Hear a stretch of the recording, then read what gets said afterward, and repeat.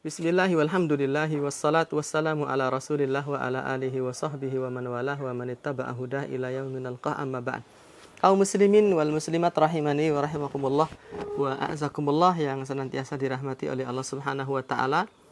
Pada kesempatan kali ini kita akan bersama-sama memahami, bukan mempraktekkan tapi memahami beberapa cara merobohkan sapi kurban. Yang cara ini sudah sering dipakai oleh para jagal di mana-mana tempat, termasuk di Indonesia dan juga di luar Indonesia.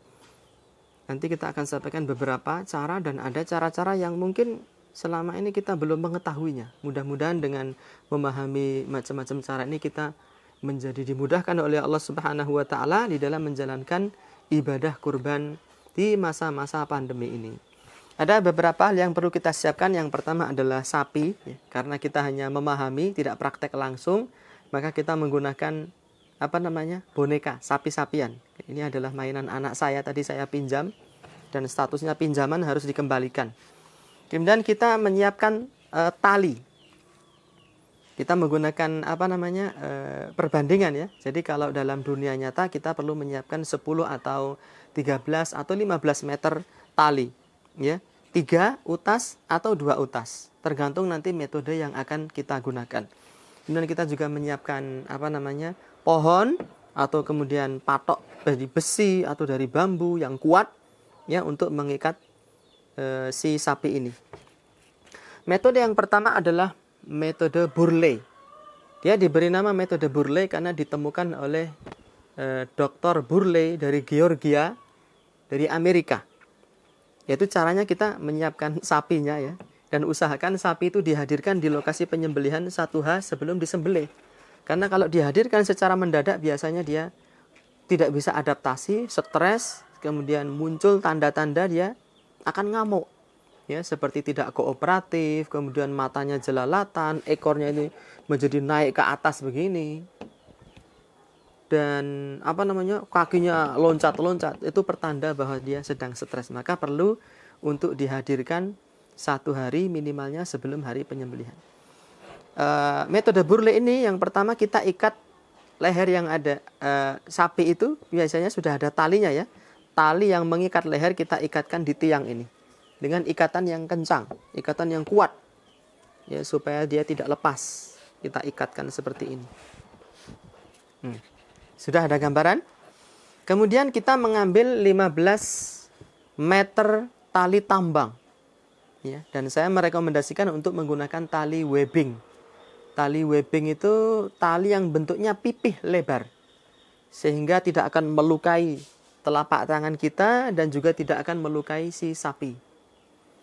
Bisa juga menggunakan tali karmantel atau yang biasa digunakan untuk aktivitas panjat tebing. Ini tali kita bagi menjadi 2 bagian sama panjang. Ya, misalnya ini 10 meter, ini 5 meter, ini 5 meter. Dan diletakkan di bagian leher atas. Ya. Dan ujung kanan ini kita masukkan ke ketiak sapi. Ini karena sapinya mainan, jadi sapinya diangkat, nggak apa-apa. Masuk ke ketiak sapi. Ya. Kemudian yang kiri juga dimasukkan ke ketiak sapi yang sebelah kiri. Jadinya seperti ini. Ya, seperti ini.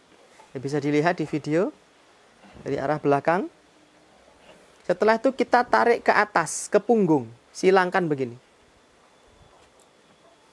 Ya, menjadi silang.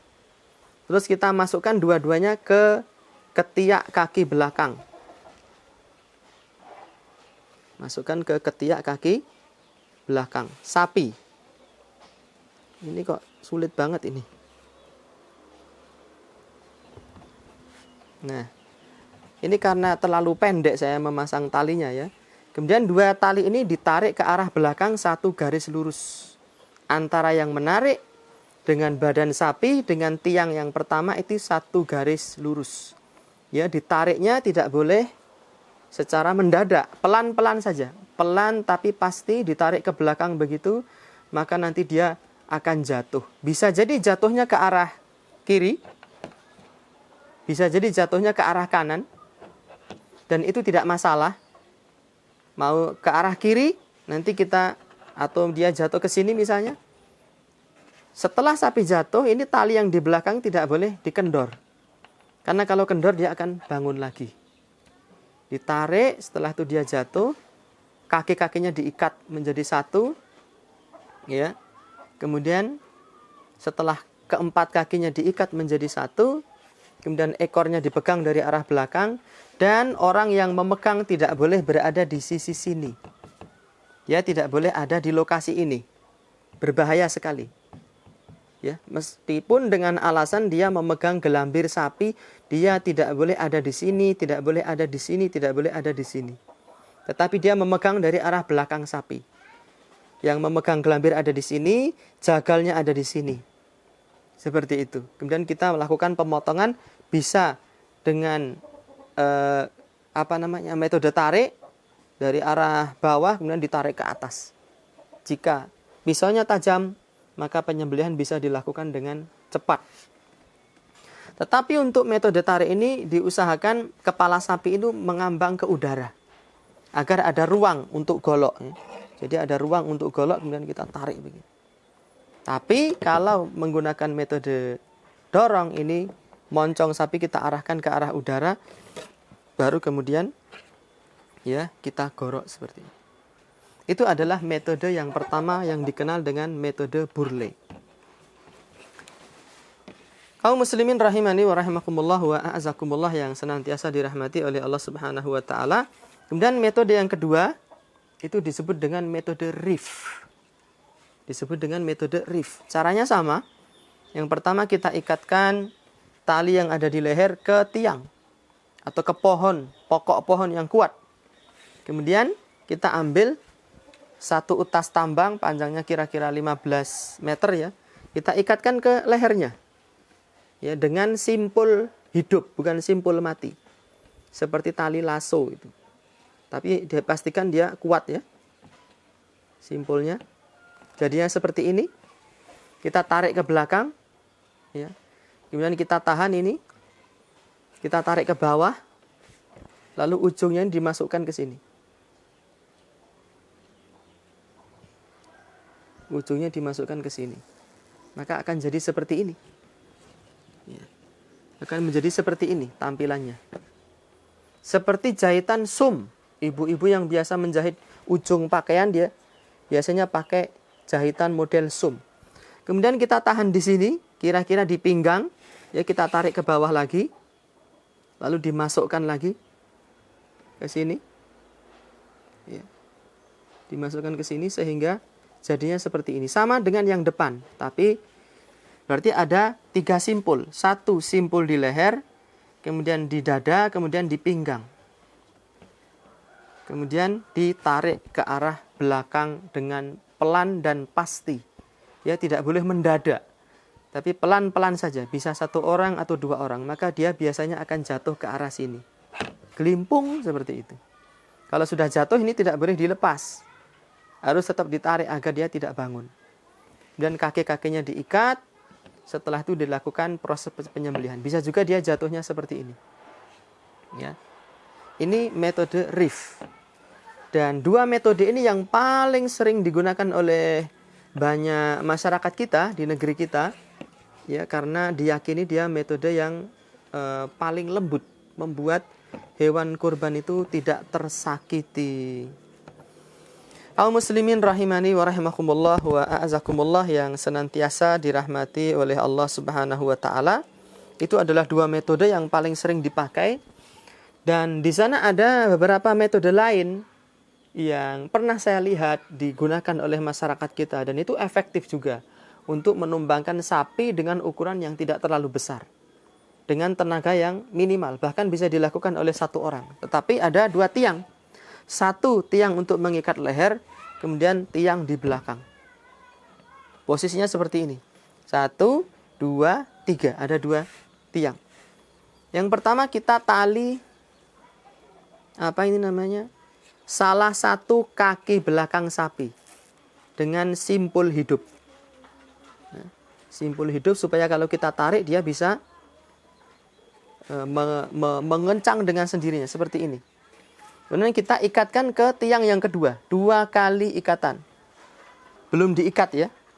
Kita pegang seperti ini, lalu ini kita tarik, dikencengi, ini juga ditarik, kencengi, ini ditarik, sampai kaki sapi yang belakang ini melayang ke udara di sini. Sehingga sapi berdiri di atas 3 kakinya, 2 kaki depan dan kaki belakang yang sebelah. Ya, kalau kaki yang diikat ini sudah melayang ke udara, ya, kita buat simpul yang kuat agar tidak kendor. Setelah itu kita menyiapkan satu tali yang lain. Ya, satu tali yang lain kita ikatkan di kedua kaki depan.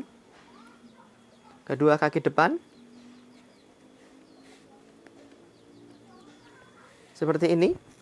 Lalu kita tarik, maka dia otomatis akan jatuh. Setelah jatuh ini kita ikatkan ke depan juga. Lalu dilakukan proses penyembelihan. Bisa dengan metode tarik atau dengan metode dorong setelah kita melakukan pemosisian kepala sapi dan urat bagian leher sapi itu sudah menegang dengan sempurna, baru kemudian kita melakukan proses penyembelihan. Metode ini namanya apa? Saya sendiri juga tidak tahu, karena itu yang saya saksikan di masyarakat dan ternyata sangat efektif ya dilakukan. Bahkan dia bisa dilakukan oleh 1 orang saja, dengan catatan sapinya itu tidak berukuran besar, tetapi dia berukuran sangat kecil saja. Kaum muslimin rahimani wa rahimakumullah wa a'zakumullah yang senantiasa dirahmati oleh Allah Subhanahu wa taala. Nah, pada beberapa kasus itu ada sapi yang sangat agresif, dia tidak kooperatif. Apa yang kita lakukan? Karena kalau kita mau menyentuh, mau mengikatkan tali di badannya, dia mesti akan loncat-loncat dan seterusnya. Kita bisa menggunakan metode yang ketiga. Dan ini bisa dilakukan dengan jarak jauh, tanpa harus bersentuhan langsung dengan sapi. Caranya bagaimana? Caranya kita menyiapkan seutas tali tambang 15 meter. Ya, dan ada 2 orang. 1 di kanan sapi, 1 di kiri sapi. Kita lemparkan ujung tali yang 1 ke arah kanan. Wet gitu. Ya. Nanti sama teman yang ada di sini, dia akan melemparkan kembali ujung talinya melalui bagian bawah atau bagian badan sapi yang paling bawah, sehingga akan terbentuk seperti ini. Ya. Lalu dilemparkan lagi ke sana, ditangkap sama teman kita yang ada di kanan, dan posisi kolong ini berada tepat di pinggang sapi, berdekatan dengan paha. Lalu kita menarik secara bersamaan, dan lebih aman lagi diikatkan 1 kali lagi, dilemparkan lagi, sehingga ada 2 kali lilitan. Karena kalau 1 kali lilitan biasanya dia rentan untuk lepas. Jadi 2 kali lilitan seperti ini, lalu ditarik secara bersamaan dari arah kanan dan kiri. Kalau lilitan tali tambang di bagian pinggang sapi ini mengencang sedikit demi sedikit, maka sapi ini akan tumbang. Kita lihat kalau tumbangnya ke arah kiri, maka teman kita yang di kanan dia agak mengendorkan talinya. Ya, karena kalau dua-duanya menarik sama-sama kencang, maka akan terjadi aksi tarik tambang sehingga sapi kebingungan. Saya harus merebah ke arah kanan, apa merebah ke arah kiri. Tapi kalau sekiranya dia mau tumbang ke arah kanan, maka yang kiri agak mengendori sehingga dia akan tumbang. Ya, kalau sudah tumbang seperti ini, ya orang yang lain mengikat kaki-kaki sapi, kemudian dilakukan penyembelihan. Metode ini biasa digunakan tatkala sapi itu tidak bisa disentuh, sehingga kita melontarkan tali dari kejauhan, dilontarkan tali ke arah bawah perut, dilontarkan lagi sampai ada 2 lilitan di pinggang, lalu ditarik secara bersamaan, maka dia akan jatuh. Kemudian ada 1 metode lagi yang ingin saya sampaikan, yaitu metode yang sudah pernah kita bikin videonya di Bias TV, tatkala ada video berjudul menyembelih sapi seorang diri, yaitu diperlukan adanya 3 tiang ya. Yang pertama tiang di sini, ya, ini diikatkan di tiang 1, tiang 2 ada di sini, tiang 3 ada di sini. Jadi ada segitiga. Setelah diikatkan di tiang 1, ini salah satu kaki belakang kita ikat. Ya. Kita ikat dengan catatan sapinya ini kooperatif ya.